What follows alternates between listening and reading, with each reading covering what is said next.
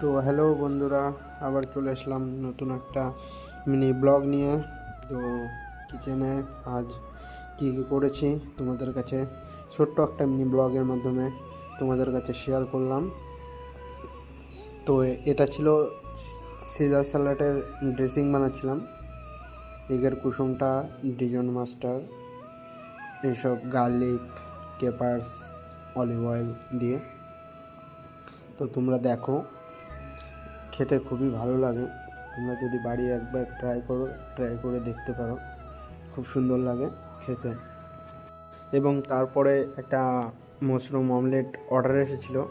সেই অর্ডারটা আমি, কারণ নতুন রেস্টুরেন্টে যখন এটা ফার্স্ট টাইম অর্ডার এসেছে মাশরুম অমলেট, তাই জন্য অভিষেক শেফ দেখিয়ে দিচ্ছিল কী করে এটা যাবে। প্রথম মাশরুমটাকে সতে করতে হবে ভালো করে।